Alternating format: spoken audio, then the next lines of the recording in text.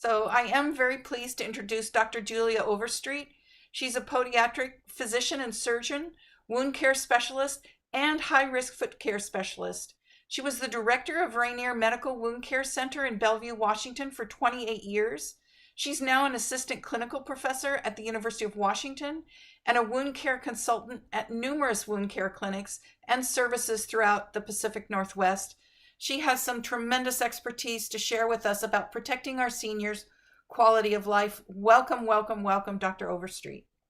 Thank you, Barbara, so much. And thank you so much for having me. I'm such an advocate, obviously, for the seniors.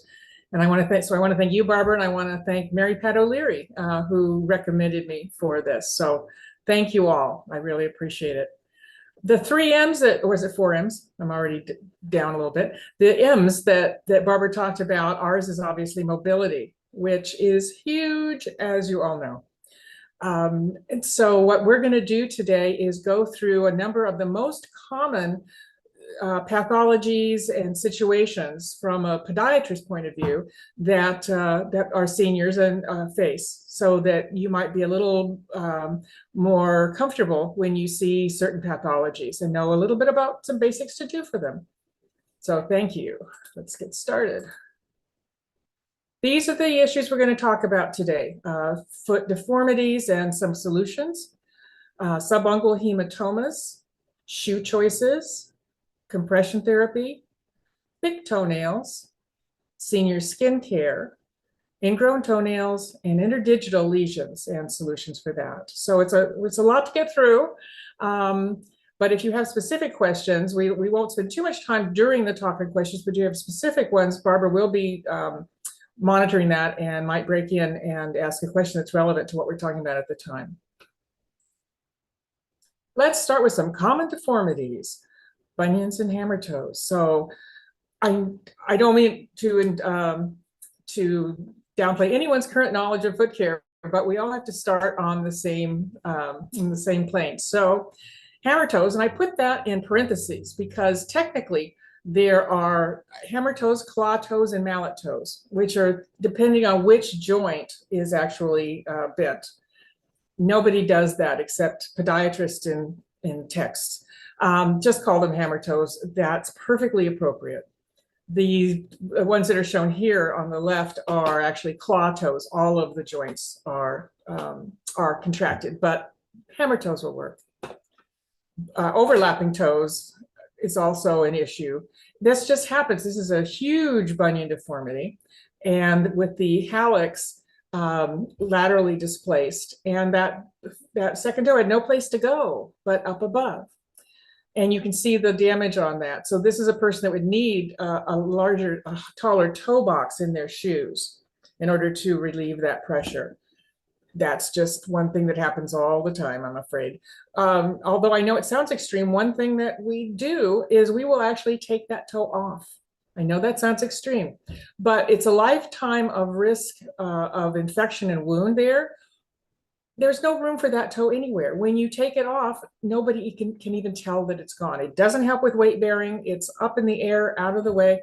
So that's an easy, quick, even for the patient, there's almost no healing time, like a week just for the skin healing. So we have some simple ways like that. With the bunions, we think of everything on that medial side of the first metatarsal phalangeal joint as a bunion. And if it's on the lateral side, that's true. However, if it's dorsal like that, that's more degenerative arthritis. So please don't call everything that happens to be a bump there on the first metatarsal joint a bunion. A bunion has to do with the first metatarsal moving out of position. You know, nobody's going to fault you if you call it a bunion, but I like to at least let you have heard once that not every bump is a bunion. The other thing you'll notice here, by the way, none of my patients look like this with these toenails. The other thing you'll notice is this foot, the left foot, has a big old bunion and the right foot doesn't. Fun fact, bunions are often unilateral. That's because that leg, in this case, the left leg, is longer than the right leg. We all have one leg longer than the other. When that left leg is a little longer, in this case, left leg, it mechanically has more pressure with each step their whole lives. And what a bunion is, it's not from shoe gear that's inappropriate, it's mechanical. It's constant flexure in an inappropriate way with each step, so the arch isn't stable enough. And when that foot hits first, it's going to move more. And that is what can form bunions. So fun fact, you can amaze your friends that if there's just a bunion on one side, that's their longer leg. Okay, hammer toes more specifically, we talked about that a little bit. Here's some trauma. We're going to talk about these lesions more in a little bit. This is very common. Oh my goodness, so common. What's happening is, so here's the toe, any of the toes, and often you'll see a corn on the top and a corn like these pictures on the distal tip. And a third whammy, you can get a callus under here that can become a wound. So what happens is the shoe is pressing down there where the toe is up too high.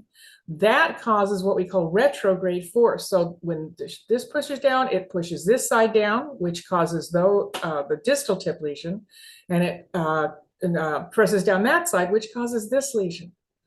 So unless this joint is frozen in that position, if it's still mobile, there are a number of different kinds of braces, and I'll show those in a minute, that you can use to kind of lower that and decrease the risk of 3 separate wounds. So that, again, I want to show you easy, cheap methods to alleviate some of these problems. So this, in this case, would be before debridement, and that's after, and you can see that's a partial thickness wound. You can kind of tell it's coming, and you're lucky if it's only partial thickness. And if they're not neuropathic, by the way, it hurts a lot. It's like hitting your knuckles on a table for a long time. Now, most people are, for one reason or another, have some neuropathy, but it can be a very painful lesion. So these distal tip lesions, you can see all but the hallux on, and maybe not the second toe. All of these toes are subject to that. They all are hitting on the wrong part of the toe. Our toes aren't meant to hit on the distal tip. They're, of course, meant to hit on the fat pulpy part. Here's a more extensive lesion. The toenails up here, and they kind of look the same. I know when the foot care nurses are debriding them, it's hard to tell which is which. And this, again, is after with another full thickness lesion. So regular debridement is the most important thing, and that's with either a scalpel or a sander if you're comfortable or trained to do that. Not, can I say that again, not with the Dr. Scholl's callus remover pads. That is a medium strength acid, and on the package in tiny little print, it says don't leave on longer than 8 hours. Well, you know, they paid $8 for the box. And it does make it feel better because the acid kind of softens it. So it does feel better. So they'll leave it on for a week. Several times in my career, I have taken those pads and the associated band-aids off and seen bone. And I'm not kidding. Not only will it just continue to eat through, but it does it slowly so the person doesn't feel it. It's just so tragic. They should not be selling Dr. Scholl's callus remover pads. So there's a question, Dr. Overstreet, sure. Asking, and this is just from having hammer toes? Yeah. Oh, yes. I'm sorry. That was the question. Yes, that's all. If it were anything else, well, you could have hammer toes, you could have the wound, or the callus up here. But in a normal foot, like this is more of a normal display for a toe, like this one is. That distal tip is out. It's not under. But in this one, that same distal tip is under, hitting the ground with every step. These two, not so much. Does that make sense? So yes, that contracted deformity where they're really walking on the tips of their toes. Okay. Also, they can wear protective padding. I'll show you some examples of that if the patient can apply it. One of the things I have to teach is we may know these wonderful pads and things.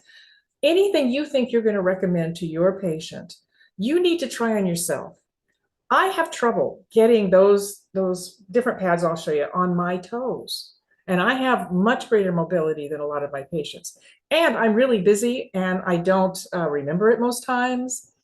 There's any number of reasons, or they can't see it, they can't reach it, they don't have the dexterity. So you have to be careful what solution you're looking for. So these aren't too bad to get on, but you really have to be able to bend over and put each toe in one. This, as you can tell, if the hammer toes are still flexible, if they're not rigid, if they're still flexible, you can use something like this, and it comes in 1, 2, or 3 straps, depending on how many toes are up in the air, and it will hold them down. It's not painful. I've never seen it cause secondary lesions, but if their toes are rigidly contracted, that won't work. Here's another version of it. It's a silicone gel. I can't get these on. These are at least elastic, so I can kind of smooth it over my toe. They work really well if you can get them on. And I have seniors who wear these, but it's silicone, so it sticks a little bit getting on. And I don't recommend those very much, but it's fine if it works, as long as the second toe is the one that you need to straighten out. This is my favorite, and it's been my favorite since the 80s. It actually works, and there's all kinds of versions of it. It's called a buttress pad or a crest pad. Before everybody was neuropathic, this was the #1 pad in my practice for decades. It sort of snuggles up here in what we call the sulcus, in that little dell here under between the toes and the ball of the foot. So it snuggles up in there, and it pushes, or it allows to lift the toe just enough where they're no longer walking on the tips. It doesn't lift it enough that it causes secondary lesions on top. I've never seen it do that. These are designed to not lift it up very much, but hopefully you can kind of see there, it's up in the air a little bit, and there. Now that's probably not a foot with really bad hammer toes, it's just a display. But these work really well, and a lot of people can get these on. Again, it's harder with the silicone. And I worry with silicone because the skin can't breathe through it, and people tend to leave these devices on. We tell them take them off every night. It's just for wear during the day, but often they don't. Which, if it's just a day or two at a time, but I've had them come back and they haven't taken it off in a week or two, which has obvious problems. But so that's a felt version. They make kind of a leather version. Buttress or crest pads, and they are phenomenal. They really work. And by the way, if you're in wound care, a version of this, which you can make rolling up part of a 4x4 foam wound pad or wound dressing and cutting it to size, after you get your dressing on for a distal tip wound, kind of fashion one of those and put in that sulcus, and then whatever covering you put on the whole thing. Relieving the pressure, as we all know, is the key to healing a wound. And if you use a version of this, like I said, just take a 4x4 foam wound dressing, cut it and roll it up a little bit and tape it, put it in there, and each time you'll have to replace it. That wound can be healed in 2 or 3 weeks with no problem. It's all about relieving the pressure. Well, we've all seen these feet. So, but 2 bunions, yay! And these actually are bunions. You can see how the first metatarsal is kind of angled the wrong way, and that is very medial on both cases. Not to say there's not arthritis there, but these are actually bunions, and of course hammer toes. But look overall, get the bigger picture of this. Look at these toes and look at these shoes. So this is a shoe it's not pointed. This is the shoe that most of our seniors have worn most of their lives. So your foot becomes shoe-shaped. So that's not a deformity per se. It's a consequence of shoe. Now this shoe is long enough, there's room. Actually, this shoe isn't long enough. This toe goes all the way up to the barrier there. This shoe is too short. This one isn't. It's just a difficult shape. So, what are you going to do? Again, this is not a deformity per se. And shoes don't cause most foot problems, but they do cause this one. Usually not an issue. In this case, it's more of an issue because it's hard to fit this into a shoe. They have to get a wide shoe. So I just kind of like that picture. There are some pads for bunions or degenerative joint disease of the first metatarsal joint. None of these, they're ridiculous. They're too bulky. This is ridiculous. This one they sell saying, wear this overnight. It costs like 25 bucks. Wear this overnight for 6 months and it will train your toe to go back where it belongs. It doesn't. You can't change orthopedic deformities with a plastic brace that's worn at night or worn all day and night. You can't do it. It doesn't work, but they make a lot of money because people want to find methods like that to take care of a painful thing. This kind isn't so bad. This is silicone too, as you can tell, because this is thin. This is too thick. This is thin. And I like the ones without this inner space pad there, because it does more to push the second toe over than it does to push the great toe. Look how strong that tendon is. That tendon can't outweigh this little tiny toe. So what happens when you put a pad here, it pushes the second toe over, not the great toe. But so get one with just this part of it, and that's fine. And you can imagine I don't like this at all. It doesn't protect here. This person doesn't have a bunion on the picture, but it will push that toe over. Plantar forefoot lesions, fancy name, metatarsalgia. Metatarsalgia means it's painful as opposed to just a plantar forefoot lesion. And again, if they're neuropathic, it's not technically metatarsalgia. It's just a plantar forefoot lesion. And you can see what we're dealing with here. And again, big bunion, shoe-shaped foot. Second verse, same as the first. We saw already the pictures of how it gets the pressure when there's a hammer toe. The pressure from the sock there and the shoe there, pushing down, and that creates this wound. Excuse me, it's not a wound yet. Certainly could be, and that's why we care. Even if the person is neuropathic and doesn't feel this, it is still dangerous. It can lead to wounds very easily. Very few healthcare situations do they look at the bottom of the foot, and the patient has other things to deal with. God love them. So this is important. What do we do about it? It can be sanded, carefully be trained to do it. It can be sanded down. You always leave a little bit of the callus on there for protection. If you take all of that callus off with sanding, then there's no protection for about 2 weeks as the callus is forming again, and you will get some minor hemorrhaging. I've not seen full-fledged wounds happen from that, but you will definitely, like you can see blood here. They undoubtedly at some point put the sanded that too thin. So there's some old little bit of hemorrhage. So you always have to leave some on for protection. Now, it could have been because this toe is overriding. I don't know why that toe is overriding. I don't have the history of this, but that would push down the third metatarsal head. This is the third metatarsal. It would push that down, which is about where that is. It's hard to tell. It might be into the second, but these are the first metatarsal head's way over here. So it's kind of hard to tell where everything is, but that could easily be under the third metatarsal head. So not a hammer toe actually, but it's still an overriding toe that gets those same shoe and ground pressures.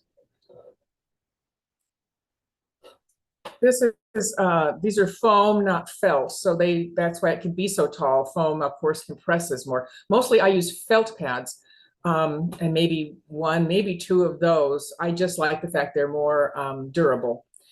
This is great, but being so high, it's hard to get the socks on and off, which means they're going to pull off more readily.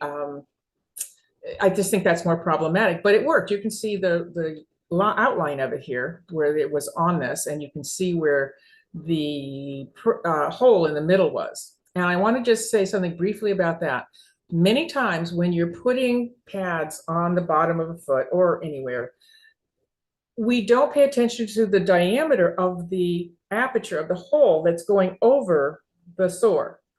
It has to be bigger than the sore by at least twice, because otherwise you're adding to the pressure, and you're kind of, the fat and the tissue is getting pushed through that hole.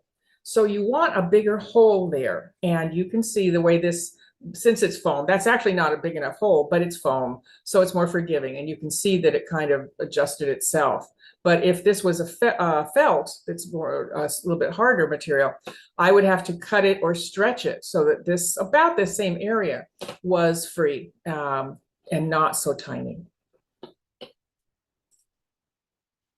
So another reason, a cause possibly for these metatarsal lesions is the metatarsals themselves. So this would be a picture about mid-shaft of the metatarsal heads.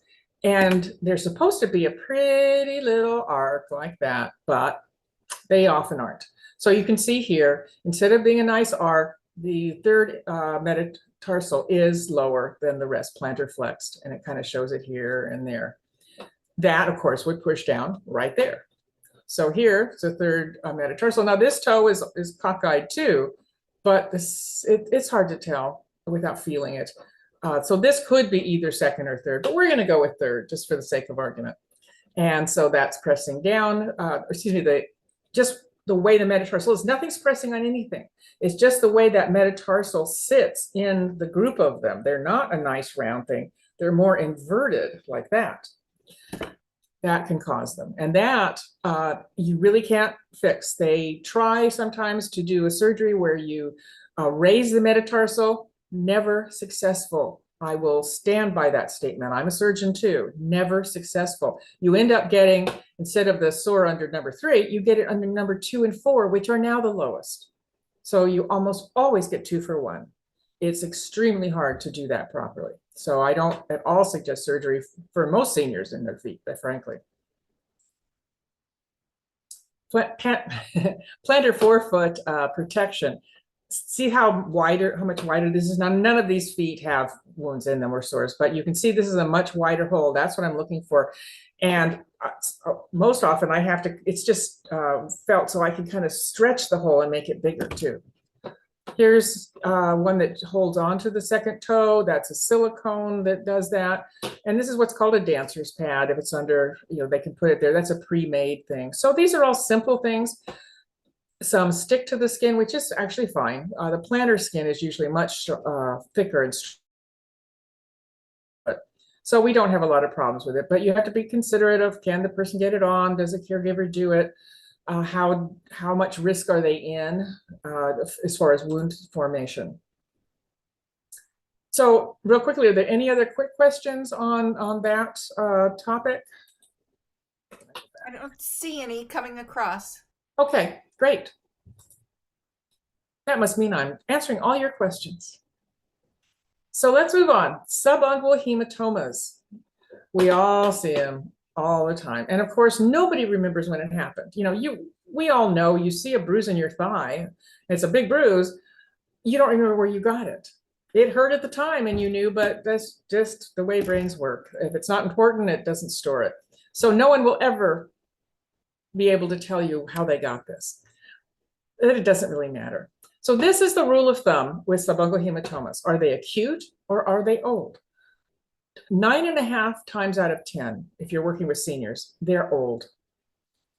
That makes a huge difference. So they are very dark colored. It looks like old dry blood under there. And that's exactly what it is. This is stable. Nothing's going to happen. It's been there for maybe months. You don't need to do anything. I'll show you some pictures of what happens as they grow out. But this is best case scenario because you don't have to do a thing. It would be wrong to do anything. This is fine. It's stable. And it will eventually grow out. And I'll show you that. This one, on the other hand, is more like a new injury. It's red. I don't mean to be basic, but black, old blood, red, new blood. This is more of a new injury. This is, of course, a thumb, but it was the best picture. Let me go back up here for just a second because I noticed what I've said down here. The rule of thumb is if it's new, and we said this is old, if it's new, if it's less than 50% of the nail is covered with blood or blood's underneath it, if less than that, you're fine. You don't need to do anything. If more than 50%, which this is more than 50%, then the rule of thumb is if it's new, if it's acute, that we prefer to take that nail off. I know that it's a thing to drill a hole in it, and I'll show some pictures of that. And I guess that's fine to relieve the pressure, but you never need to do that in this case. But in this case, if that was causing pain or pressure, and if it were more of this looks like less than 50% to me. And it doesn't look like there's a lot of blood under there, and the patient may or may not complain of pain. You have to make a judgment call if you're going to do anything about it. Realize that if you drill a hole in this, now you have opened it up to bacteria from the outside. I just want to say, you have to be careful about that. This is what it looks like. This injury where this was down here was probably 8 months ago. It takes a year for a toenail to grow out from the cuticle area to the distal edge. It takes about a year. So this is about what, 6 months, something like that. And you can see the blood never did go into the entire nail. This was the good tissue. But now the new nail is growing out under it, and this will eventually either grow out or fall off. It looks like it's going to fall off. You can see those edges are lifted up, and that's the normal thing that happens. And I'll show some pictures of that. So even with it being virtually 100%, it's black. It's old dried blood. There's no infection. There's no indication of infection. It's stable. Leave it alone. It'll do its thing. This is not, it's in between, isn't it? That's a little more red, but it's obviously stable. Don't do anything. There's no downside to leaving it alone. I know that sometimes the injury can be enough that they can get some fractures on the distal phalanx. You can't do anything about that anyway. It will not affect their ambulation, their balance. It won't affect anything. It has to heal by itself anyway. That's sometimes where the blood comes from. So again, like in this one, it looks like it's more than half of it. So you might want to do that, but I'm still not going to like putting a hole in that because it leads directly down into the bone. So if bacteria get in there, it has a root down to the bone. So I'm not an advocate of those, of putting the holes in it like we're showing here. So this was I loved it. So this person apparently is very clumsy. This looks like it was an acute injury. This is old, it's black. They put a hole in here, nothing came out of it. That is dried, powdered old blood. Nothing came out. This was a new pressure. I don't know, maybe the person works in construction or something. And obviously they relieved the pressure. Now, I don't see that it was ever, that's a lot of blood, so maybe it was under there. But anyway, I love this because it showed it doesn't do any good to put a hole in it anyway if it's already black and dried up. Nothing comes out. As a podiatrist or advanced practice nurse, we often take the nail off. There's just epidermis under here. This is about a week old. So you still see a little bit of, it's not granulation tissue, but it's still healing a little bit back there. But it's not sore after the first few days. It's just epidermis, just like here. There's nothing under a nail but epidermis. So this allows the new nail to grow back well. And I would only do that if it was a big problem. If it was this, I would do this. And that's because once that nail is off, I can see where the little holes are. We can do some minor local wound care and get that to heal. Then the bacteria doesn't get in there.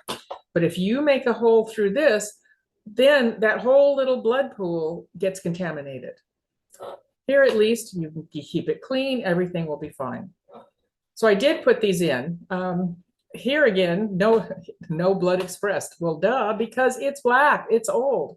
As opposed to a newer one, they got blood out. So yes, you can do it.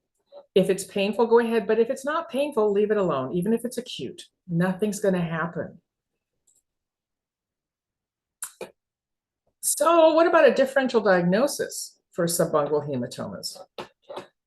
It's blood trauma. This is more greenish, isn't it? This is aspergillus. This is a fungal infection under the nail. This is not a subungual hematoma. So look at the colors. The other thing we worry about is melanoma. A lot of melanomas happen on the feet. Oh, I want to step back. So this is why you don't do Google searches. I was looking for more pictures, and this was the caption on this one: black fungus infection images. That's not black fungus. That's an old subungual hematoma. So I just had to show that. I laughed. So subungual hematoma? No, this is melanoma. Now this one is kind of clear, isn't it? But I'm going to show you some that aren't. Julia, there is a question. What's the rationale for removing the nail and risking exposure to bacteria? There's no, let me go back. There's no risk for exposure to bacteria when you remove the nail because you can do, where did I go? You can do local cleaning. Come on, go back. Sorry. And No, that's okay. You can do local cleaning, and you can see, you can't even see where the blood was coming from, a few days later. So there's no risk taking it off. What the risk is, remember from micro blood agar plates that literally had, I don't know, cow's blood or something in it to make the bacteria grow faster? This nail with the blood under it becomes a blood agar plate. So things grow really good. It's keeping the blood under there and getting bacteria in it that's a problem. Taking the nail off lets you clean everything, keep it clean, it heals, boom, within a couple of days. So give her another chat. Does that answer your question, or do you have another thought on that? No, I think that's helpful. Thanks. Okay. Okay, let's go. Aspergillus, black fungus. So here are some, now that's another one that's kind of obvious, but something like, and I'm sorry, I'm not up to date on the literature for this number, but I'll say 30% of people with darker skin have these lines. It just happens. They're melanocytic. And but then you take the history. How long has that been there? Oh, I've had that since I was a teenager. Then you're done. A lot of times I don't know. And that always worries me. Even if it's been there a couple of years, people just don't look at their feet. But if they'd had it in as really younger adults, they would know. So I do give a little more concern if they don't know how long it's been there. Let's see. Hold on just a second. So I can't see. Barbara, how do I get my little picture screen out of here? Oh, I know how. I just figured it out. Never mind. I fixed it. Okay. So here's one that's a more questionable. It's a very faint line. This is the big deal. Do you see? And you kind of have to squint, I know. There's a lot of darker tissue here, but right here, right at the end of that is, is a little line. Okay. And here is a line that goes onto the skin. And here's a line that goes onto the skin. That is melanoma. It's called a Hutchinson sign. It is the minute you see it go onto the skin, maybe not just the cuticle, because that could be that blood got under there too, or melanocytes or something. But if it's actually onto the skin, the way these are, even a little bit, that's melanoma. That's Hutchinson sign. So when it's really obvious, it's obvious, but get a bright light and a magnifying glass and see if you have any of the Hutchinson sign. That is your sign. I find in just our little teaching clinic now, I'm not full time, but just in our little teaching clinic, we find 3 or 4 melanomas a year. Yes, on the foot. Not always on the nail. It's on the toes. It's on the plantar. This is a heel of a wonderful woman. And she was in just to, they come in just for their toenails. It's a teaching class. And I looked at that, and obviously this is just some varicosity, some venous disease, but so it was easy to not even pay attention to this, but it was kind of weird. It was slightly raised and in variegated color, other things that we worried about. But so I thought, I'm just going to take a picture. That was in March. They come back for that care about every 2 months. This was October of the same year. Now, do you have any question that this is a problem? You can see how it developed over those months. If I had not taken that, well, if I saw this, I would worry anyway. But if I had not taken that and been watching it and following it, oh my goodness. And it turns out it was positive. It was melanoma. And there were actually 2 other spots on the same foot, which I've never heard of, that they had to also take off. I would refer it, I said on the slide, refer it to podiatrist or derm. I would refer it to derm. I don't do these things myself. I am not qualified to remove or even biopsy something I think is cancer. And I don't think podiatrists should do it. I'm just going to make a broad statement. I think it needs to go to derm. They do this. They know how to do it safely and not somehow spread it. I'm just not trained to do that. So my recommendation is to send it to a dermatologist if you can. Okay. So the questions on the cancer, there are in between toes, I find them, obviously on the heel. I have found a few on nails, but mostly it's on skin, different places. Every year. So I just want to make you aware of that. Have it when you do an exam, Look all over the place. Look between the toes. All right. So let's talk a little bit about shoes for fall prevention. That obviously is huge. And it's, so good luck getting most seniors to wear these. They'll wear the SAS, that's a brand, SAS. But, and they might wear this one. It depends on the senior. I have trouble getting them not to wear their old pumps and not high heels, but dress shoes. They are just, that's one part of growing older that they are not going to have. They are not going to change and wear these shoes. Not going to happen. Luckily, now there are some nicer that actually meets the Medicare requirement for a diabetic shoe. It has a tall toe box and it's a rounded toe formation itself. It also has a strong vamp, that's called, or excuse me, that's a heel counter. It's strong and that is strong, so it's not going to end up with it under their foot when they try to slide into it. You know, this can bend down. So these kind they're likely to wear. These kinds not going to happen. Yeah, that's not going to happen. But then these you can get on the internet now, extra depth with rounded toes. You can see how that's deeper than some. All of these are. That's important. You can get these on the internet, on Zappos, on Amazon for between $65 and $100. They're not the $1,000 that you would get at an orthotist, especially shoe store. Not to say that's not important. If they have unusual deformities, like some of those big bunions we saw in the past slides, they need to go and have that shoe, even this shoe, modified. But rarely these days do people have to have shoes made from scratch. And so Medicare does pay for a pair once a year and 3 insoles, but the copay that most seniors have on about $1,000 or $1,200 purchase, the copay is more than they would pay to get these shoes. So if they don't have something particularly egregious, problematic, a big bunion, a big instep, a big things like that, then maybe they can work with someone and get a regular shoe. All of these are going to have an insert that comes out, so you can replace it with a different insert. And as a podiatrist, one of the things I do every day is I take the insert in that comes in the shoe. I do the best I can with it, and I put paddings and things on it, not underneath it, to kind of like that one where we saw the foam pad on there, or the felt pad. I would actually put something underneath the insert there. So number one, when they put their foot in and out of it, they're not going to knock it off because it's underneath. I have to measure and know exactly where it is. There's a trick to that. Get an old lipstick and put lipstick on it, and then put it back in their shoe and have them take a few steps, because your foot moves differently when you actually watch. And then take the insert out and you're going to see exactly where that lipstick landed. That is the appropriate place to put the pad.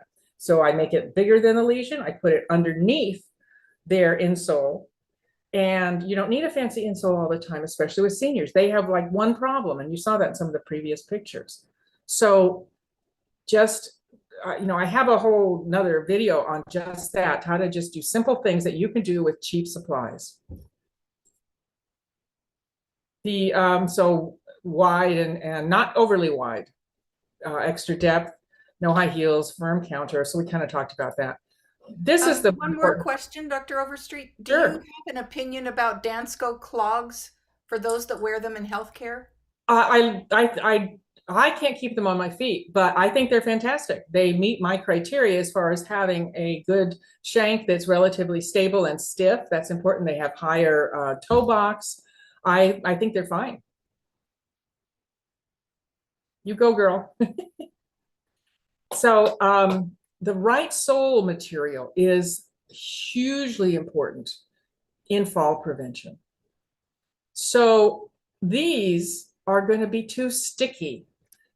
Anything where it's a shuffle gait for any reason, they're going to catch that on the ground, and it's a constant trip hazard. Even if they walk pretty well most of the time, if they turn funny and they're going to do that, their cerebellum isn't working quite as well as it was. These should never be on the soles of seniors' feet. A leather sole is too slippery. It just is ridiculously slippery. These two are nightmares. So we want the Goldilocks, which is this. the Goldilocks in between. It has a little grip, but this isn't slippery. It's a neoprene. I don't know what it is, but this has a little grip to it, and this has a little grip to it. This lets any water that they're stepping in move out. This is perfect. Now, the last slide or 2 slides ago was about the uppers of the shoe, and it needed to be a rounded toe and the taller toe box. And this is the kind of sole that they have to have. You can see why. It's a fall risk, amazing fall risk with these. So, all right. Let's move on. I know I'm going through these topics quickly, but we have a lot to get through, and you'll be able to watch this again, but I want to be able to go and kind of introduce you to the most common things I find with seniors that we can help with. So a couple of more shoe questions have come across. What do you think about, I'm going to mispronounce this, UFOS clogs? You know, I've heard they're good. I have to admit, be honest, I've never seen them. Okay. So I don't know. And just I know I have patients who have them who swear by them. So okay. And then Mary is asking, just curious, are either of the 2 specialty shoe stores cobblers? She's talking about local Seattle, one on Madison near Swedish, and the other was on Fremont, still around. Do you know? I don't know since COVID. I have not been there. Okay. And so Yeah. Thanks. yeah, I'm sorry. But again, if you don't have to do that, if there's not a specific deformity, I would go with a simpler thing because it's so expensive to get out of that. And I don't want to mention specific other stores, but there are other stores that advertise on TV that they have shoes that are orthopedic and inserts that are, and you won't get out of there for $1,000 either. And by the way, those salespeople are not trained. And I'm just saying, I'm not naming names. I'm just saying sometimes things they advertise on TV, go figure, it's advertising. It's not real. So don't go to any of those. I didn't say that out loud, did I? Okay. Lower extremity edema control. We're not going to talk about what it is, why it is, you know, is it heart failure? I mean, we're not going to go into that. We're going to go into what do we do about it. So many people have it. So whether it's venous or whatever, that is clearly venous. The feet aren't so involved, but that's fragile skin. Holy moly. This is, of course, pitting edema. So sad. This person should not be wearing this shoe, but the skin looks fairly good. It's a younger person. They even have hair on their toes, and a lot of you will know what that means. That implies they have good capillary fill. Hair on the toes is like grass. You can have well water, but if you don't have surface water like rain or sprinkler, the grass dies. Well, they can have great pulses, but that blood has to get all the way to the surface. So if the capillaries are shut down, smoking or 15 other reasons, if the capillaries aren't functioning, they've shut down, then the hair will die. So, and now having said that, a lot of ethnicities don't have hair on their legs. A lot of men don't have hair up to the level where their socks have hit all their life because they wore socks there, but there'll be hair above it. So there's some differences to that, but realize that's something we look at. If there's hair on the toes, regardless of what the dorsalis pedis pulse is, they have hair going up to the surface. I am a happy person. And this hole they had just done with her finger, they had just pressed down on that. So what are we going to do? Long-term compression socks or hose, short-term compression wraps and Una boots. Sometimes you have to do the compression wraps and Una boots to get them down where the compression socks or hosiery can work. And of course, in wound care, we do the short-term throughout the wound care. And by the way, one mention on that for those of you in wound care, if they needed compression to heal the wound, they need compression to keep it gone. If the minute you say they're healed, they stop wearing compression, you can make an appointment for them in 6 months because they'll be back. Okay, so let's look on, goodness sakes, about compression. So is this what you think of when you do compression? I absolutely get it. These are TED hose, and TED, the term TED has become a generic term like Kleenex or Xerox. You don't say go to the Minolta printer, you just say go to the Xerox or get me a Kleenex. TED is like that. TED has become a generic term for compression. Having said that, I want you, so I don't mind if you do it, but you can't chart it that way or write a prescription, give me 30 to 40 TED hose. There is no such thing as 30 to 40 millimeters of mercury pressure TED hose. It's only 18 millimeters of mercury pressure top to bottom. It is not a graduated compression sock. So we don't need to go into that. I just want you to know this is not what we mean. In the literature, it's very clear, adequate compression from actual TED hose generally lasts 2 weeks and is not gradient where it's stronger at the ankle and less at the top. It's the same top and bottom. It's not a compression sock. TED is an acronym for a thromboembolic deterrent. It is meant for short-term use in the hospital, which is why they do cheap material that only keeps its strength for about 2 weeks. And it's for thromboembolism prevention. So I just want you to understand that you can use the word TED because everybody like Kleenex and Xerox, but don't chart it and don't write a prescription using the word TED, just say compression. And Carol is asking, how do you determine the amount of compression needed in a sock? Funny you should ask that. We're going to do that. Great. See, I knew, Carol, that you were going to ask that question. So this is America. Go big or go home. So the over the counter, the highest strength compression in non-custom is 30 to 40 millimeters of mercury pressure, which means it's 40 millimeters at the ankle and graduates up to 30 millimeters of mercury pressure under the knee. And this is America. They're better. You know, go big. Unfortunately, they can't put them on or take them off. So they buy them very obediently, and it sits in their drawer. That's about $150 in the drawer. So usually 15 to 20 or 20 to 30 in knee highs, not thigh highs, no matter what. The only person that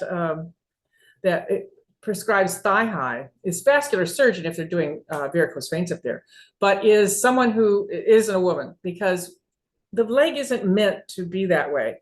And every thigh high will roll down. We have trouble keeping the knee highs from rolling a little bit. So always knee high. Moderate or firm, and then this would be extra firm. 15 to 20 is if they can get anything on, and there are aids to getting these kind of socks on.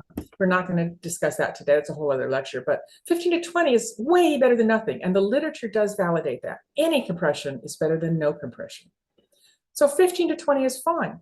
If they're a little more able to don them, that's the word, to put them on, 20 to 30. I never do 30 to 40 in anybody over my age. It's not necessary. Having said that, if you really need the 30 to 40, compression is additive by layer. So if you have 3 rubber bands, that's 3 times stronger than 1 rubber band. If you have 2 15 to 20 socks and you put your 2 pairs and you put 2 on each leg, that's 30 to 40. That's physics. It's in the literature. I can back this up. So if you really think they need 30 to 40, get them 2 of this. They have to be open toe, because if you try to put one on top of another, they have closed toe, it's going to not be nice. So open toe, which these obviously are closed toe, and just add 2 of those on the same leg. They're easier to get on. They will accomplish it without having to spend $150 for something that's going to sit in their drawer. Any other questions on that? Okay. So effectiveness of long-term. Oh, sorry. I did have one. I'm not sure if it's a question, but it says, I just completed 3-month daily application for an hour for lower extremity edema. Previous stockings and wraps failed for various reasons, primarily related to pain. This patient paid $5,000 for something that wrapped his abdomen and full legs. What a waste of time. No increased UOP and no change to edema.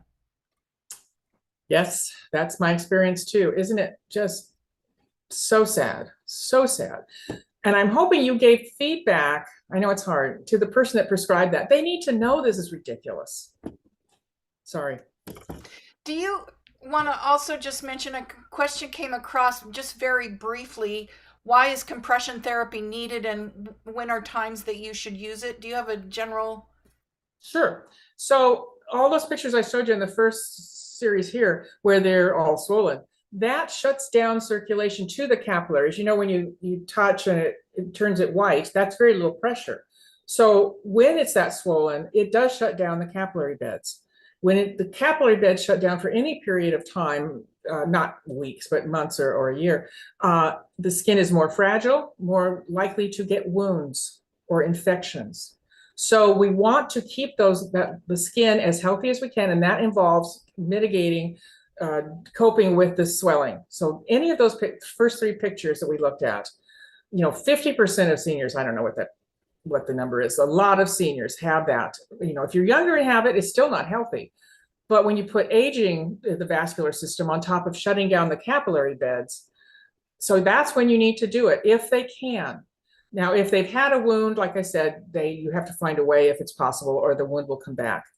But so hopefully, I mean, that's a simple answer, but that's the truth. That's very helpful. Thank you. Okay. Good questions, you guys. Okay, this was a wonderful patient of mine. God, he was so funny. Is so funny. So look at this, and what do you observe here? Lots of hemosiderin, which we're not going into that today, but that's the result of venous insufficiency long term. So you see how swollen, it's hard as a rock. And all the brown is hemosiderin staining. But it ends sharply, doesn't it? And look how nice this skin is. I mean, it has tone to it, it's thicker, totally different skin here and here. What is causing that? Okay. He rolls his compression socks down. He has worn them faithfully for decades. And every time he would come in to see me, I would dutifully put them on. And as I'm putting on one, he is rolling down the other one onto his ankle. That's the way he wears them. So this was just such a perfect example of the benefit of compression. For 20 years, he's dutifully worn this, where he rolls it down. So this is beautiful skin. What if this were beautiful skin too, if he had actually worn them up there? I rest my case. I just think he was, and I would tell him that, and he didn't care. He was going to roll it down. There was nothing I could do. Here's some other advantages from compression. So this was a gentleman who was housing challenged, and you can tell it's very sad. He had these terrible wounds. That's goo from this wound, and it had a bad odor. And the encampment where he was living, nobody liked him, and his shoe was bad. This is what it looked like a month later. All we did was compression wraps, antifungal cream times 1 week, steroid cream times 2 weeks, and moisturizer forever. And he had to continue to wear the socks. And you can bet, because where I was working, Neighbor Care gives them socks. He was back every 3 or 4 months to get a new 2 pair of socks. This was 1 month, and all we did basically was compression. We did these other things, but even if we hadn't done that, compression. That's why we do it. Here's another one. This was also a sweet lady of mine. It was a wound, hard as a rock. So lymphedema, all this. And she'd had this for years. I only found it when she didn't wear socks or anything. I was doing something to her heel or something, and I pushed up her pants and said, "What is this?" "Oh, that's nothing. That's been there forever." Well, how long's ever? Probably 20 years, but it doesn't weep or anything. It's stable. It didn't weep. She didn't care. And she was a very fussy lady. She was a Bellevueite, let's just say. She was upper crust, dressed in wool. And so anyway, and I said, it took me about 6 months for her to let me do something. So I used Uniboots on her. That was after 1 week in Uniboot. That was after a month and a half. This was completely epithelialized. Yes, all of the swelling didn't come down, but you wouldn't expect it to. But that's all it took. I didn't do anything fancy. This was a long time ago, and I think hydrocolloids, Duoderm was all we had. There weren't many dressings back in the day. Totally epithelialized about 6 weeks later with nothing but Uniboots, which is a different kind of compression, but nevertheless. That's why we do compression. Now, this is not compression, okay? None of these are compression. None of this is compression. Hello, hello, hello. These, by the way, these two pictures are local from a clinic where I was seeing patients. That clinic had not done this. They had come from the ER. And God love them, the ER is better at other things. And the ER put some compression back on them, but didn't take it all the way up to the knee. So they were coming here for a different reason, but they called me in to see this. I want to say one word about ACE wraps. People like to use them for this. This is in the literature, Worldwide Wounds, in September of 1997, people. Simple woven cotton bandages, which is what they called ACE wraps, tend to be extremely poor. They showed that over a 4-hour period, the pressure recorded beneath a crepe type bandage fell by 63%. This compared with a 10% drop beneath the bandage containing significant quantities of elastomer. So a ACE wrap versus something that's meant to be compression. Don't let me see you putting an ACE wrap on people's legs. You can put Coban on it, put some Curlex to protect the leg, a couple layers of that, and then Coban, Coflex with a 50% pull. Have somebody teach you how to do it. You don't want to do it too tight for sure. But please, no ACE wraps, people. So that's some examples of others. But okay, we can't do this without doing onychomycosis. Thick dystrophic toenails. Do not chart onychomycosis unless you have a fungal culture. These are dystrophic nails. You're not making a diagnosis. It would be inappropriate. It would be inappropriate for me to mark it. Now, is there fungus on that? Absolutely. But they're dystrophic nails. 3 reasons that everything is not fungus. Trauma with secondary fungal invasion is one reason. So this is a younger person. It's a drawing, obviously. Hair on the toes, that's why we know it's a younger person, with one thicker nail, and it's the most prominent nail. This is a person who used to ski, who had turf toe in high school, who maybe he wears his shorts, or his shoes too short. For some reason, that great toe has gotten a lot of pressure over the years, and that affects the matrix, the root. Any germinal cells, like a root of a nail, is making new cells, so it's very fragile. And if you hit it enough times, it can't do its job anymore. It'll still make a nail, but it can no longer make a pretty nail. It can't. You have damaged it, micro-damaged it over years. It's not one damage. If somebody said, 3 times my big toe has turned black and fallen off after ski season, they're going to have this nail. They just are. That's one cause for the thick nails. Second cause is a primary fungal infection. When you have this classic thing where it starts, it can be less than that, of course. That's a primary fungal infection. Yes, that is fungus. And yes, that's treatable, as opposed to this will never change. I can take that nail off surgically and allow it to grow back. It will grow back exactly the same. In fact, a little worse, because now I've damaged the root of it, the matrix, more by taking that nail out. This is never fixable. This is fixable. Okay? Never fixable. This is a senior, obviously. I say obviously, you can kind of toughen the skin. These nails are fine. Not that. Okay? Now, another fun fact for you. Many people have 5 thick toenails on one foot and none, or just one, on the other foot. Why is that? This foot is the larger foot. We all have a larger foot and a longer leg. This is the larger foot. This has banged life, and it damaged all of the matrix, all of the roots. So 5 over here, only 1 over here. This is the same person. And it's possible that they would have all 5 normal, but they might have 1. The baby toe is often, 5th toe is often thicker. But you see the reason. So fun fact, amaze them with your knowledge. You see that no, or just a couple of thick nails, 5 thick nails. That's your bigger foot. You'll love it. Psoriatic nails are the #1 reason for thick dystrophic nails. They don't have to have psoriasis anywhere else on their body. These are psoriatic nails. Now, do they have fungus in them? Yes. They do, because fungus is on your skin.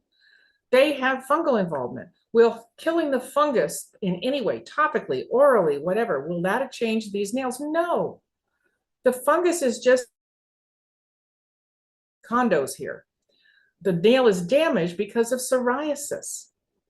These are out of derm journals. You can see these are psoriatic nails. Some have the little pits that we were told is classic for that, but some don't. They just have thickness. It's crazy. Here's some more. Okay. Those are all psoriatic nails. And some of the journals are talking about a huge percentage of all dystrophic nails have fungus in them, but that's not what's causing it. They have they have just they have psoriatic nails. Okay. When they do have a primary fungal involvement, and we had one picture of that before. So this is a primary involvement. This is a primary involvement. This is a primary involvement. Those are fixable with topicals. I never do oral meds. That's a whole other lecture too. With topicals, with sanding down, putting to get the medicine able to get down and penetrate. So these are possible. It takes a year, because what did we say? It takes a year for a nail to grow all the way out. Now this one has a couple of months, about 4 months head start, but this has to go all the way out. So the person knows they just have to keep applying that medicine for a year if it's topical. Okay, another thing, we're almost done. Damaged skin, okay? We've all seen this skin. Damaged skin, we've all seen it. Thin, atrophic, stasis derm. So, topical steroids. I have seen so many 1 pound jars of triamcinolone. I don't ever want to see that again. It's given because there's no thought process. Well, it's red, so it must be inflamed, or so we're going to put a steroid on it to stop the inflammation. Yes, it's inflamed, but not in that way. And even if you use, I've used steroids, I said in a previous slide, for 2 weeks. 2 weeks. You don't just give them a pound of it and say keep using it because it's still red. Okay, it's going to be red. It has to do with other factors. And as you all know, continually putting a steroid cream on the skin will thin it itself and damage it. And by the way, affect the immune system. So they're more likely to get an infection. So Okay. I have another question then about the fungus stuff. Someone said they heard Vicks on the nails helps with fungus. Is that a wives' tale? No, it's not a wives' tale. I actually have 3 articles about that. It is, and I've used it for years. Because of I forgot which ingredient. Oh my goodness. I'm sorry, I forgot the ingredient in it. But yes, it does. They use it a lot. I think even at Harborview in their AIDS clinic, because it's easy. And yes, I've seen it work, and I do have some literature on it. So. And do you have a favorite nail fungus OTC product you recommend? Frankly, Vicks Vapor Rub. Okay. And then another question about all this. This is certainly prompting some great questions. When would you consider toenail removal for fungal infections? Only if it was dangerous in some way. And what do I mean by dangerous? If they are not in a situation where they can get them sanded down regularly, trimmed regularly, because that can lead them likely to get trauma from shoe and sock application, or just the pressure from shoes. So if it's dangerous and can be causing wounds or infections, yes, but you're not going to take them all off. You're just going to try to arrange more foot care. I only take them off in the younger people that have just the one toe, they can talk me into do it. They just don't like it cosmetically. And I even had one woman that went out then and got fake toenails, plastic toenails, and would glue them on. I worked in Bellevue. What can I say? I'd only take them off if there's a medical reason. If there is constant ingrown toenails, we have to get to that. Ingrown toenails, I'm going to take at least the sides off, things like that. I don't take them off otherwise. Toenails are fine as long as they can be cared for. Another question? Nope, that's it. Okay. Okay, soaps to avoid for mature skin. Deodorant soaps. don't use them. They strip it. And people will say that, that makes my skin feel so squeaky clean. Squeaky clean is a bad thing. We need the oils. We need the pH balance that's on our skin, the microbiome. More like these. Dove is fabulous. Cetaphil is fabulous. Aveeno is fabulous. And I have literature for all of those. I have mostly literature for Aveeno. It doesn't strip the skin. So when you see them with dry skin, ask them what they're using for soap. And by the way, the Dove can be a bar or the pump. Moisturize daily. This is a good one. I don't care what they moisturize with. If they won't use what I ask them to use, they can use, Happy Face body lotion. I don't care as long as they moisturize. Just like some compression is better than no compression, some moisture is better than no moisture. So I'd like them to use Aveeno or Cetaphil or Remedy, but if they have something else they like, fine, go for it. At least you'll use it. I like to be practical. Heal fissures and other really dry skin. We have a lachydrin, which is the same as amlactin, or the ureas. This has obviously been sanded down by a podiatrist or a foot care nurse. You have to do that before this will work. You can't put this on top of that. It doesn't work that way. This is certainly safe. An actual pet egg is safe. Don't get the knockoffs. They are like cheese graters. They are dangerous. But if they get an actual pet egg, and they can reach and they can do it. So this would be for the patient, but hopefully they have a foot care nurse who can do this, and then they can use this to keep it. These are exfoliants. So this doesn't build, it still is, that hyperkeratotic tissue is still generated, but it doesn't build up, it sloughs off.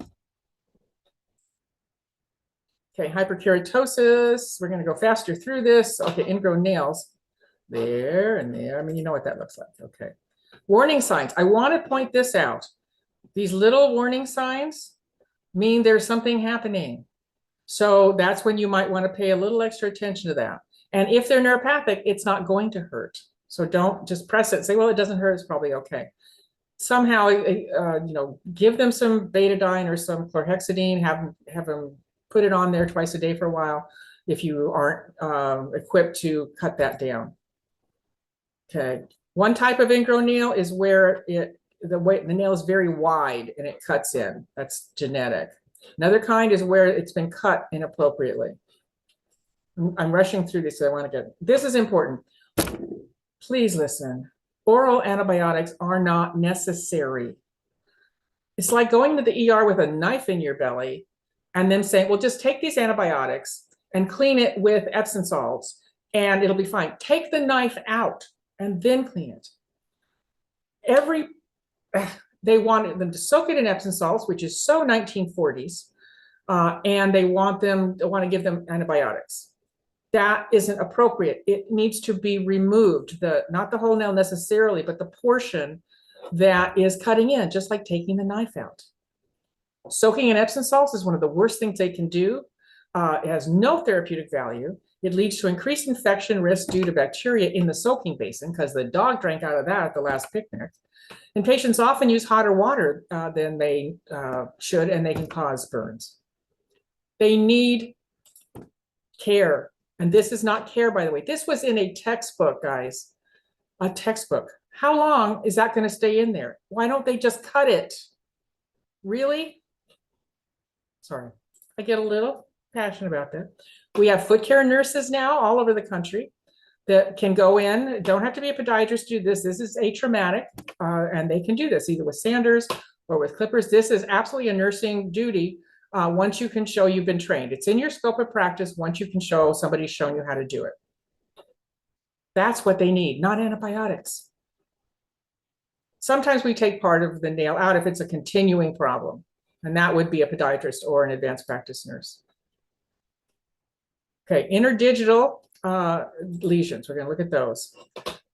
Kissing corns, that's when some of the bones there kind of rub against an adjacent toe, or that's this one. Or this one where there's a little bone spur under there. They're okay unless they're painful. Getting bad and might cause an open wound. So different kinds of toe separators, lamb's wool, these are foam rolls. People have their favorites. Interspace maceration. Okay. Excess moisture is not because they didn't dry after their shower. It is not. It is because they have autonomic neuropathy. They're diabetic or latent alcoholic or any of the neuropathy. And remember, it's sensory neuropathy, autonomic neuropathy, and motor neuropathy. Autonomic neuropathy affects the sweat glands. So that's why some people with diabetes, their skin is very dry because the autonomic neuropathy shuts down the sweat glands. Some people with autonomic neuropathy, with diabetes probably, it revs up the sweat glands and it does this. It's not about the shower. It's not. So is there fungus in this area? Yes. Did the fungus cause the maceration? No. Again, they're just coming in to live in a nice environment. Would you put a cream where it's already wet? Think about that for a minute. No. And that's what people do. You can put lamb's wool again. This is a thing called Interdry. Don't worry about the green stuff. That's a wound care thing. Interdry is a fabric by Coloplast that you can get on Amazon. And you can put it under anywhere where there are sweating issues. Under panis, under breasts, where there's fungal and skin irritation. That will wick it out and is amazing. So if you don't know about Interdry, we don't have time today, but please look it up. It is not just for feet. It's for any of our heavyset folks that have the folds in their skin. One pretty last thing, I think, 1 minute late. So gentian violet, you can get it at the drugstore. They use it on babies for thrush. One thing to do if you don't want them to always have to put macerated interspaces and you don't want them to have to put lamb's wool or anything in there forever, is you get the gentian violet, you just put it in there, boom, it's done. We can go into the mechanism of action, but we don't have time. So 2 treatments, 6 to 8 weeks apart, actually damages the sweat glands and the excess sweating stops forever. Don't use it too much or it'll dry it out too much and crack it. But this protocol, 6 to 8 weeks apart, and it will stop it forever. They don't have to keep dealing with it. We're almost done. All right, so this is what we covered a lot. And Barbara, I'm 2 minutes late. That wasn't bad. You're not late at all. It's impressive. I know I went through that really fast, guys, but you'll be able to watch it again. I just really wanted to hit, you can tell I'm passionate about it though. They're pet peeves of mine, giving antibiotics for an ingrown toenail. What other questions do we have? So I currently have a couple, but some more will probably be coming. What's a good tip for people who like to have pedicures or foot spas? That's fine. You know, yes, yes, they can get fungal infections from that. But another fun fact, it's mostly not from the basins that they soak your feet in. It can be. It's mostly because you go to the wall in a pedicure shop and you pick your color of polish and you say, I want this one. How many other people have they applied that polish to with the same brush? They are inoculating your toe with someone else's foot fungus and they're shellacking it down for 2 weeks until you have it done again. Boy, is that a good point. So the tip is take your own base coat or your own color, and then you're fine. Another fun fact. Okay. And another question about what causes nail curling. Okay, like curling like this. Do you think they mean? I'm assuming, yeah. Well, okay. So in diabetics, again, they have, among their other neuropathies, they have motor neuropathy, which in the small intrinsic muscles of the feet, they're out of balance now. These don't pull the same anymore, the dorsal and the plantar little muscles. So they pull the toes up. So, and that'll be all 10. If it's caused by neuropathy, motor neuropathy, all 10 will be up. That's the #1 cause now. It used to be other things. So any kind of cause of neuropathy is the biggest cause. Other than that, if it's just one toe or that kind of thing, it can be an old injury to the tendon, to the something. We don't really know, to be honest. We only know. And Mary is clarifying curling at the sides of the nail. Oh, the nail. Okay, that's genetic. Oh, okay. We call that a horseshoe, an omega nail. There's another name for it. It's incurvated. That's absolutely genetic. Their nails are flat until they're in their 30s, and then they start slowly to turn. And by the time they're in their 50s, it depends on the genetics. They can be really that, but no, that's absolutely genetic. And Carolyn said it seems like foot exams should be part of the annual wellness exam, the Medicare annual wellness exam. Have you heard any? I wish I thought of that. And I'm a senior now. I've never had a foot exam by anybody. Yes, I think it should. The good news is increasingly clinics around the country, All Samaritan, Kaiser, the Mayo Clinic system, the VA system, now are hiring foot care nurses, specially trained nurses to do this kind of thing. And they are also trained, and because they're nurses and it's part of the foot care training, to spot things like melanomas and pre-ulcerative lesions, things like that. So it's increasing now. In the 90s, at Overlake Hospital, one near me, I was on staff there, mostly for wounds, but they had clippers on the floor that if I needed to on a wound patient, I could clip their toenails. They took them off the floor. They didn't want anybody, even a podiatrist, touching the toenails. They'll be gone in a few days. We don't want the liability. Now, not that hospital, but hospitals like I named them all have them. The VA, the Mayo Clinic. So that's the good news, is that they're recognizing it. And they just made a new change, a CMS Medicare, where if the care is done in some place where there is a podiatrist there or a doctor of any kind, if the nurse is certified either through a CFCN or a CFCS, there's two national certifications, then the doctor can bill Medicare for that nurses doing those nails and calluses. That's the good news. So they're starting to get it. So we're getting good. And it's people like Mary Pat, who are the champions of this, and Barbara, of course. So it's happening. Yeah. So someone was saying, do you have thought about how an RN gets trained? Are there national trainings or for foot care? Yeah. Well, there happens to be. There are a few. There's two certifications. There are some training areas around the country. The University of Wisconsin Eau Claire twice a year has a training. There are several different nurses around the area who are hiring and training nurses themselves. Shameless plug, I actually have a training program for foot care nurses. That's the mini clinic that I'm still running. We do one class a month, but we have a good ratio. So we only take 6 nurses a month. That's why we're trying desperately to get other podiatrists and other, especially advanced practice nurses, to be mentors and proctors for this, preceptors. So we're trying to expand that training right now. There's only a few places in the country, but we're trying to expand that, and we're working very hard on it. You can go to, but can I give a plug to the association? We have the American Foot Care Nurses Association. AFCNA, American Foot Care Nurses Association, afcna.org. And go there, and we have a Facebook page now where it's really fascinating. We have 500 members, foot care nurses, on our Facebook page. And they're putting cases in there all the time, and everybody's talking about them. So go look at the Facebook page, and you can find the link to the Facebook page on the afcna.org. You do have to answer a couple of questions to join. It's a closed group, so we don't get spammed. But so it's a thing now. It is a thing, thankfully.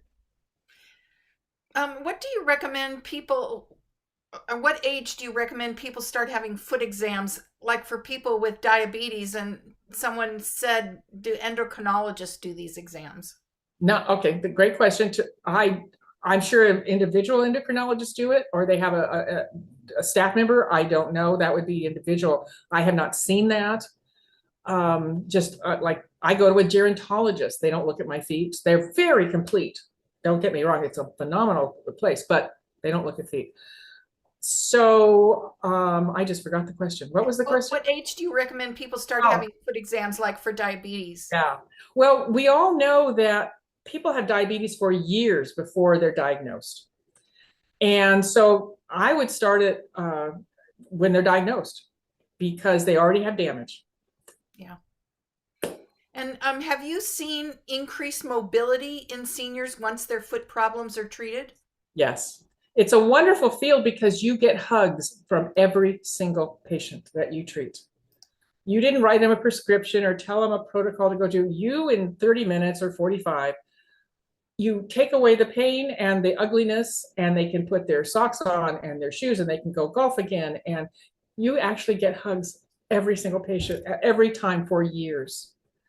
And it is the most gratifying. It's why you guys went into nursing and why I went into medicine, was to make that kind of impact on people. And I don't know anything else that does it like nursing foot care.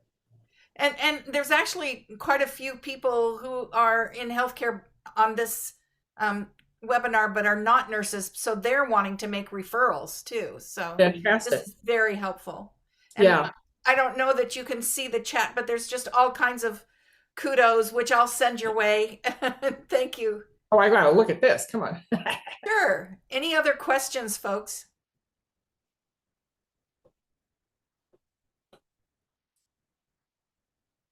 It's an amazing specialty. I hope some of you are interested in it. It's a great retirement gig. You can work for yourself. You can. It's within, except for 2 states, and I'm blanking, with New Hampshire. I don't remember. There's 2 states where you can't, but nurses can work independently. RNs and above can work independently as long as they are doing something within their scope. This kind of foot care, routine foot care, is within their scope as soon as they've been trained. So at least half of the people you're going to see on that, if you go on the Facebook page, half of them at least, if not more, are independent businesses of their own. And they'll have business questions on there too. So they can work 1 day a week or 2. It's a great retirement thing during years. But we're having younger and younger nurses on there, especially wound care nurses. They want to learn this because that's part of what they would need to do. Now, LPNs can go into this as well, but if they go in their own practice, they have to have a nurse. I don't remember the term. What's the term? Supervisor. That's not the word. So there are those kind of legal issues. And the non-nurses, I'll train anybody. I've trained a lot of owners of adult family homes. Are they legally allowed to do it? But who else is going to do it? They can't pack them all up and find a podiatrist. There aren't enough foot care nurses yet to go to those places. So some of them come to our classes and want to learn how to do it. So we train anybody. We've trained individual family members who have disabled family, so it's just so needed. And with the baby boomers, and it's just horrendous. But that's why I'm so happy that the facilities are starting to understand that and get paid for it, which is, of course, part of the issue. Yeah. Well, thank you so much. This was just amazing. I don't know if you saw one of the recent chats, but they said, who knew that a foot care lecture could be so engaging? I work with feet all day. I have to have a sense of humor about it. I do. And I never knew I'd be passionate about it. But when you see the difference, I work in the underserved clinics, and it's just amazing how you can change someone's life. Like that one homeless man who in the 1 month, we changed his life. He could go back to his encampment and they would accept him now because it didn't smell anymore. Are you okay if we're being asked to provide an email to contact you? Are you okay if I put that in? Yeah, go ahead. Please know I get about literally 30 emails a day, so I don't get back to you quickly. But yes, it's just juliaoverstreet@yahoo.com. Oh, I put in your afcna.org email. Don't do that. That's actually not working right now. Oh, okay. So just use my private I'll one. I'll put the other one in. Yeah, juliaoverstreet@yahoo.com. And by the way, if you're going on the afcna.org, you have to put .org, final joke, because if you put afcna.com, you get the Alpaca Farmers Consortium of North America. All right. Well, thank you so much. Thanks everyone for attending and for all of your feedback. Really appreciate it. Have a wonderful week, and we will see you next week. Thanks, guys. Enjoy. Thanks, Dr. Overstreet. You're welcome.